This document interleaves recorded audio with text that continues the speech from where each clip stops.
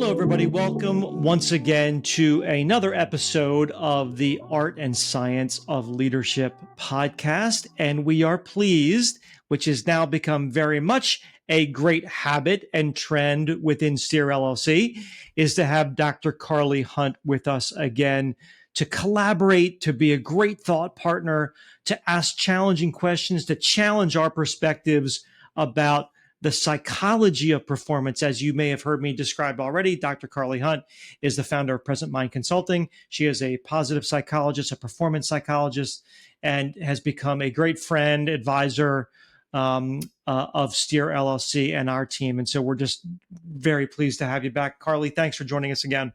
Yeah, thanks for having me on, Chris. You bet. So, as you may recall, friends who are watching this episode, Dr. Hunt and I we are formerly Division I athletes. And so we oftentimes sort of spring our conversation from that shared experience, so to speak. And so today we're going to be talking about high performing teams.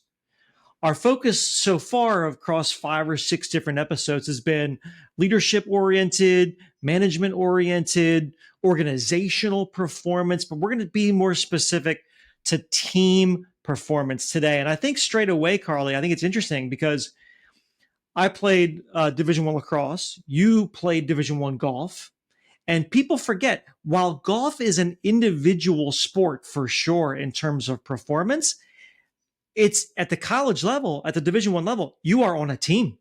And so there is, tell me a little bit about that interesting juxtaposition of playing what is, universally considered to be such an individual game in a team concept. Yeah, no, it's really interesting. And it's definitely a team sport at that level. And then, at some other levels of the game, you'll find kind of team, situations on which a player is on a team. And I think as soon as any performer is on a team of any kind, it brings in that element of kind of needing to cooperate with and trust other people on that team. And also to be able to kind of give to the team and know what one's role is on the team, while also at the same time nurturing one's own individual skills for the benefit of the team. And so, I definitely had that experience through college playing in a team environment, and it was wonderful. I think the team environment can give us so much, so many wonderful experiences of connection and growth and kind of like contributing to goals that are bigger than ourselves. I think can be so motivating versus just the individual, which I think relates to probably what we'll talk about today. I appreciate that. I do have, and this is not a trick question. I'm curious. What was more satisfying to you as an athlete at that level? Was it winning the individual, either low score average or a tournament, or the team progress or performance? Was it different, or was there one that made you more full or whole? I definitely think in terms of feeling more whole or full, the team accomplishment, definitely. I feel like the memories I have from that are just so incredible. Like it was yesterday, and like there were some individual things that I did that I'm still very proud of to this day. And it's just, it's just different to be, I think we all kind of long to feel like we're part of something greater than ourselves in performance and in life. And no question. Yeah. So what would you say to that, Chris, in terms of your experience? And I feel as though, when I'm thinking about a much younger version of myself, and as I was going into college to play Division I sports, I was probably more of that mindset of, what am I going to do? Right? What am I going to accomplish? What am I going to how am I going to grow and develop? When in fact, over the course of the subsequent 4 years, it was everything about the team, everything about our connection to tradition, our connection to the alum, our connection to the university, and what we represented to make that larger community proud, which is exactly what you said, right? Connected to something bigger than yourself. And I think we all, and there's a lot of research around, anthropologic research around, our DNA is to be a part of a small team. That is great. right? Like I Yeah. want to be a part of that, right? So Right. not only am I contributing as an individual in a substantive way, but it's the collective achievement that makes it all worth it to be a part, as you said, of something bigger. And Hmm. I definitely felt that, especially so my senior year, I was a co-captain, and that took on another different level of sort of commitment to others. Hmm. And while there were better players on that team, there, the idea of being able to lead, that's really where my 30 plus year professional career probably started there, which is, Hmm. why do teams succeed? Why don't teams succeed? Why does a team that should win not? And what are all those myriad factors that go into that, from leadership to preparation to execution to right personnel in the right seats? All this just wonderful puzzle pieces. And that's probably driven me for the last 30 years in some way, shape, or form. Hmm. Yeah, that's really it's really really fascinating, and I'm glad you raising that anthropological research around kind of how we're almost wired to cooperate and to exist in groups and to Mm, connect. I think it's such a beautiful reminder, especially given how it's so easy to fall into the trap of everyone's kind of out there for themselves, and yes, we're all individuals and we need to take care of our individual needs, but we do have this kind of basic need for connection and for our group to have these mastery experiences of excelling, and just how wonderful that yeah. feels when it works well and how frustrating it is when it doesn't. And I definitely relate to that too. Yeah, and I love that phrase that you use, wired to collaborate.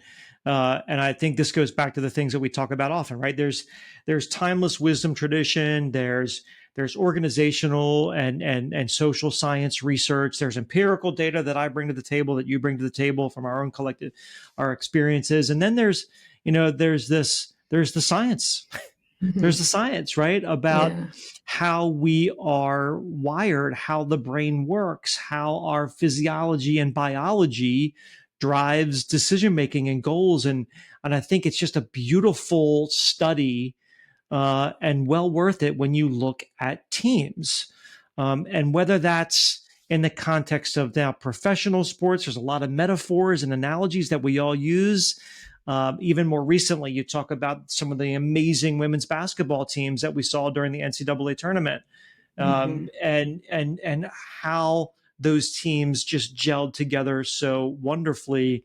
Especially you look at South Carolina, who went undefeated the entire season. Yeah. It's just really fascinating when you think about and you connect to what that is. So now you move that into the organizational context, right? And Yeah. so you and I we formed our own sort of rubric around what we see some of the characteristics of high performing teams, and some of our rubric at Steer, and some of the toolkit that we've created. you know it's based on a lot of learning. It's based on, we all build on other people's research at some point in time, right? It's all building blocks of learning, and that's what history is, right?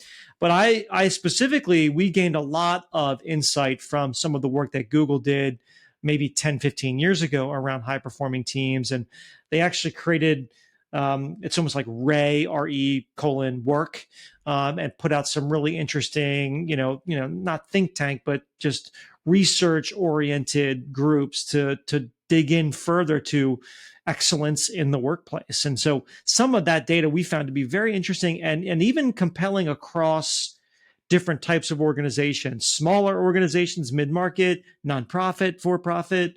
And some of those things remain to be true. But the one that's really stood the test of time for us is this idea of psychological safety.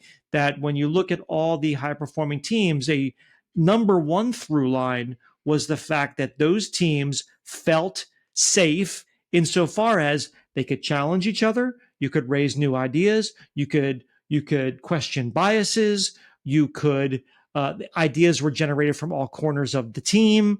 There was not just one loud voice, and it's just interesting that it was a team of team players, as you and I might refer to them. But I know you've seen some of that in your own research and experience in terms of how foundational psychological safety is.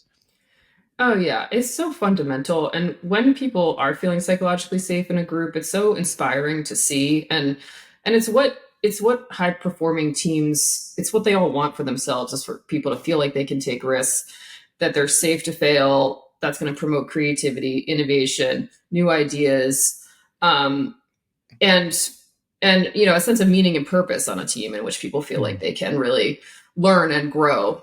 And I think that Yeah. there are a lot of qualities about team members as well as leadership of those teams to promote a culture in which there isn't shame around failure, like that it has to be, I feel safe to kind of take this risk because I know that I'm a valued member of this team for a lot of different reasons, and we as a team are creating a group norm. It's a Yeah. huge kind of concept in psychology, is this, the idea of a group norm. It's like what Mm. what are we, what do we value as a team, like what, and so I think the more leaders and fellow team members can sort of praise and reinforce and support people raising Yeah. dissenting ideas, saying or doing things that are, considered errors or that make other people uncomfortable, and be like, wow, thank you so much for doing that, because it's going to make us better. And so I think shame really kind of causes people to freeze, and that fear of rejection, but to create a culture in which people are really encouraged to take those risks is really, really huge. That is huge, and I appreciate that insight. And yet I'm still mystified how we don't avail ourselves of such environments. Why we don't take the lead of a lot of what we see in sports as a fertile ground for great examples of Mm-hmm. why certain teams succeed, and the norming, as you described, is a big deal. Fear Mm-hmm. does not work in the organizational context. It may work in the short term, Right. and it may work more readily in certain industries, but over Mm-hmm. the intermediate and long term, if you're looking for sustainable growth and sustainable performance, it's not through fear. It never can be through fear. Yeah. And that's never been more true than today. And I think for some folks, if psychological safety is a little bit too inaccessible of a concept, let me just throw out a different one then: trust, right? Mm-hmm. Trust. Yeah. And the trust being that I feel like we are operating with a clear why, like a logical mission, a logical shared goal, that there's empathy within the team to understand where we are, beyond myself, my self-awareness, but also the social awareness. And then maybe there's also the authenticity that the team show up in a way that is not contrived, not manufactured, not political, but Mm-hmm. focused on the mission. But that trust factor may be a little bit more of a close cousin, perhaps, more accessible term of art that organizations may be more familiar with. Your thoughts on that? Mm-hmm. Yeah, I have a question coming to mind. I really, Mm, I think this idea of trust is just so important and fundamental. mm, And I'm curious, like in your experience, what do you think in leaders you've worked with that have really successfully built trust among mm, team members? What do you think mm. the qualities are that really support that capacity? Great question. Immediate first response that comes rushing to mind is intellectual humility. Yeah. Right? The leaders have to represent that place of intellectual humility, meaning that they are always willing to be in that learning posture. They're always willing to, in the face of a good idea or good data, are willing to change their mind, Mm-hmm. because that reflects someone that is not holding on with a death grip to their own ego, is Yeah. at the end of the day. But I think that is Yes. the first thing that comes to mind, Carly, when I think about that answer. Yes. Yeah. Yeah. I think that's, and I feel like I really resonate with that from a psychology perspective. I feel Mm, like leaders who can show that they're human, and who show that authenticity, like you mentioned, like what they say and what they do is consistent. They're mhm. learning right along with others while also embodying qualities of leadership, like, confidence and direction and things like that. But I do Right, think that concept of trust is maybe more accessible than psychological safety per se, but it's really very similar, is having that trusting environment in which people can really feel like they totally. can they can stumble along the way as they learn new things. Right. No, that's a Yeah. good point. That's a good point. Like it doesn't have to be the point for point exact rubric, right? There's a little bit of overflow and interrelatedness between all of this, right? Because we could then talk about positive relational energy. Okay, well, back to your norming. Or is our energy one where our teammates lift us up, affirm us, give us Hmm. confidence, right? There Yeah. that's a connection to psychological safety. That's a connection to trust, right? Definitely. I Yeah. think there's definitely some through line there, but then there's other things that are sort of more blocking and tackling, if you will. Like, guess what? Clarity and structure help, Hmm. right? Clarity and structure help teams perform Yes. because even the most creative of teams need to be clear on role, on objective, on mission, on collaboration, right? Structure, just to know what the parameters are that we're working in. You got to know the game to win the game, Yes. and that's a little bit more of maybe a timeless part of it, I suppose.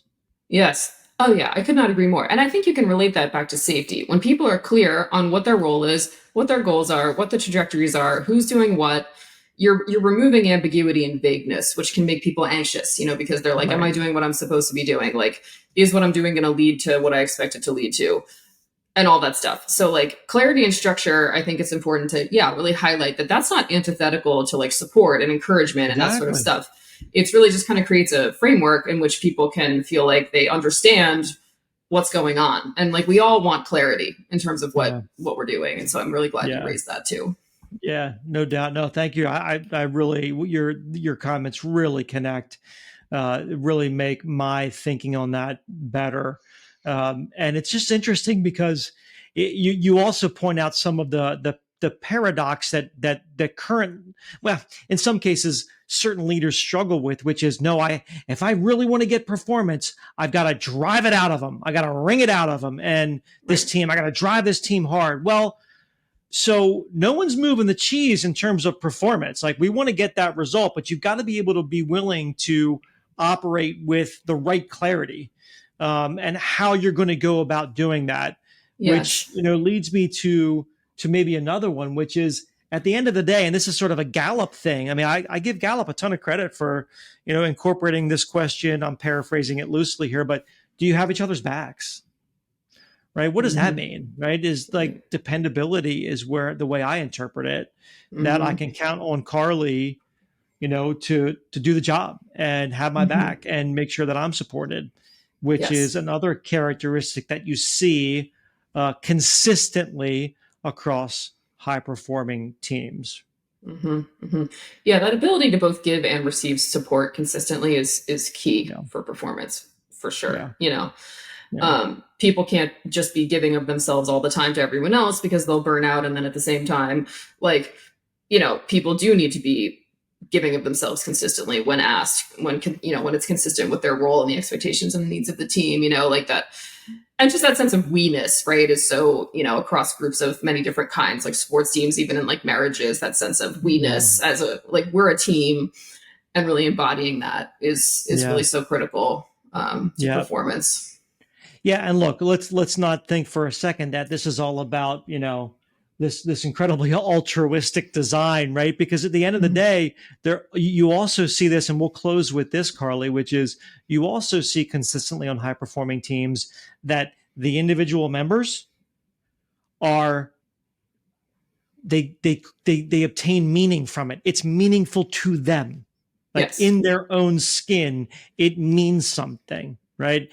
Hmm. Similarly, they feel the joy and satisfaction of creating impact, Yes. which is also, there is a selfness, not Hmm. selfishness, but selfness about that, right? So there, Right. it is, it should feel connected in that way, that the incentives and the motivations are aligned with the team goals. Definitely. Yes, I'm so glad you raised that because yeah, it's not as if it's this kind of like Pollyanna-ish, like we're all so altruistic that we just forget about what we need. I Right. think there's a Right. nice like they kind of it's like a synergy almost where yes, I Yeah. mean people need to feel like their work is meaningful and that they're getting what they want out of it to continue. And so hopefully those things are well aligned and people are doing Yeah. it alongside others that they feel connected with and find it rewarding. No question. Well, look, Dr. Carly Hunt, I am convinced that there were some good points from our conversation today that leaders managers, entrepreneurs will be able to take with them and apply. And that's what we always hope. We always hope to create value with these conversations and have some level of impact in the organizational community. So great conversation. More to come with Dr. Carly Hunt. As always, we will talk to you all soon. Thanks, Carly. Thanks, Chris.